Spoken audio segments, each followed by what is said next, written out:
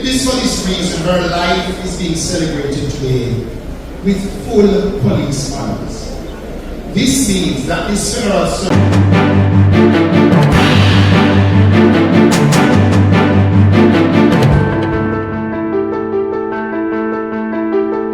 24-year-old Celicia Bernard and her two children, 8-year-old Logan Robinson and 5-year-old Chloe. Desperate search, mother and two children missing in Kingston. Loban, all of Berkeley in Kingston 8, have been missing since Friday, October 8. Bernard is of dark complexion, medium build and about 157 centimeters, 5 feet 2 inches tall. Logan is dark complexion, slim build and about 121 meters tall, 4 feet tall.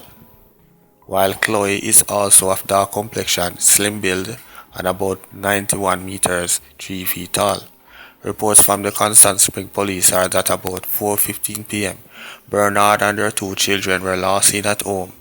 Their mode of dress at the time they went missing is unknown, and they have not been heard from since.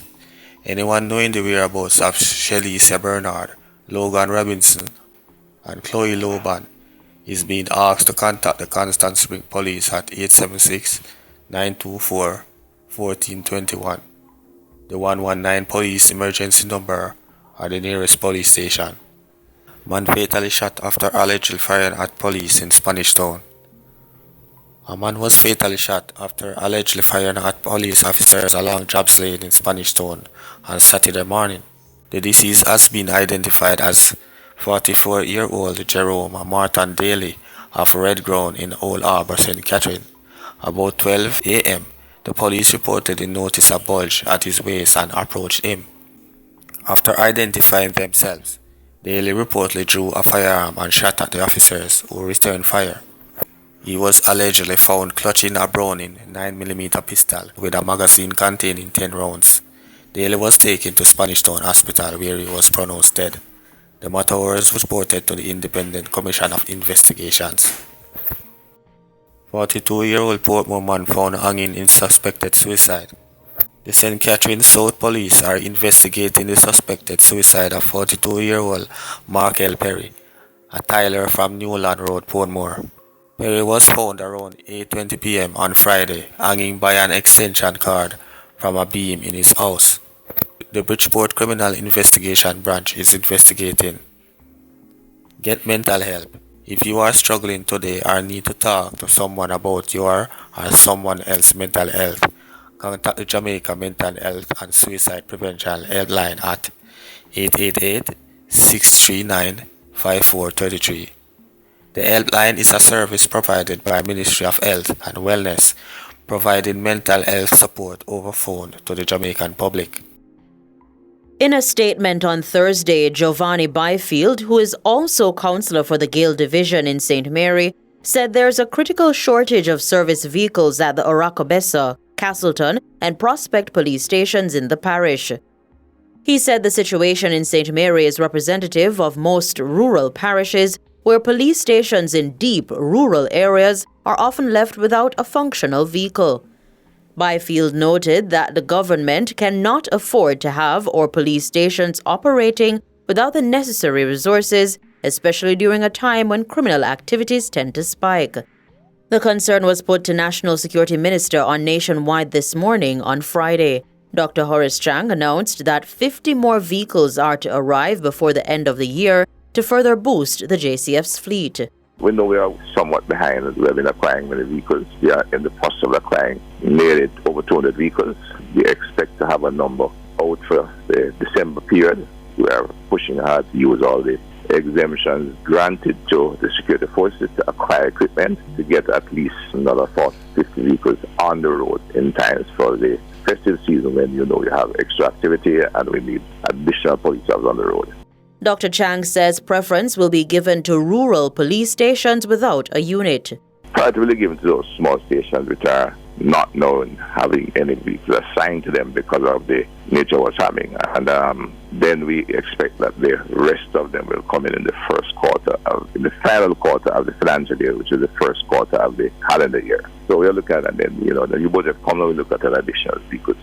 In July, the JCF received 40 additional vehicles at a cost of over $313 million. According to Dr. Chang, the government has also sought to buy vehicles that are more appropriate for deep rural Jamaica. We have some other vehicles coming in from Japan which are more appropriate for deep rural areas, and we want to assign them in those areas. So we're carrying them and getting there. So we're aware of it, but we ask the community to understand and that even if they don't have a vehicle, they're not left without police coverage and patrol. Since 2016, the government has spent more than $4.8 billion on the acquisition of motor vehicles for the JCF. It's projected to spend another $8.7 billion over the next 3 years to acquire more vehicles. Wanted man slapped with murder charges while in custody. A farmer who was taken into custody after he was slapped with wounding with intent and using a firearm to commit a felony has found himself in more trouble with the law. The man, 29-year-old Liko Maxwell, a farmer of Flamstead, St. James, is facing additional charges following an incident in Backwood, Pimento Hill, Germantown, St. James. The police, in a release from the Constabulary Communications Network, which is the information arm of the Constabulary, said that Maxwell is now being charged with 2 counts of murder and 4 counts of wounding with intent. Reports are that approximately 5 p.m. on Sunday, October 9, 2022, a group of men was sitting at a shop in the community of Backwood when armed men traveling in a motor car stopped and exited the vehicle. The release from the police said, reports suggest that the men brandished firearms and opened gunfire at the crowd, injuring multiple persons before escaping in an area in the said motor car. The police were summoned and on arrival, several persons were seen with multiple gunshot wounds. They were taken to the hospital, where Leslie was pronounced dead, and the other men admitted in serious but stable condition. On Friday, November the 8th, the charges were laid against Maxwell as he awaits his court date for the other charges. Funeral service for policewoman killed in vehicle crash. The policewoman who died from injuries sustained in a motor vehicle crash in Maypen, Clarendon, is being laid to rest. The funeral service for Constable Jessica West is underway at the Church of God Prophecy in Lionel Town, Clarendon. Hundreds of friends and well-wishers have joined the family members of the fallen policewoman to pay their final respects. Several of the attendants at the service can be seen fighting hard to hold back the tears. West, who was assigned to the Area 3 Operations Support Team, was one of 2 officers who died after the service vehicle they were traveling in ran off the road and crashed. Commitment and dedication to others. And so, Jessica West will long be remembered for her faithfulness and diligence, topped only by her enthusiasm with which she approached her work.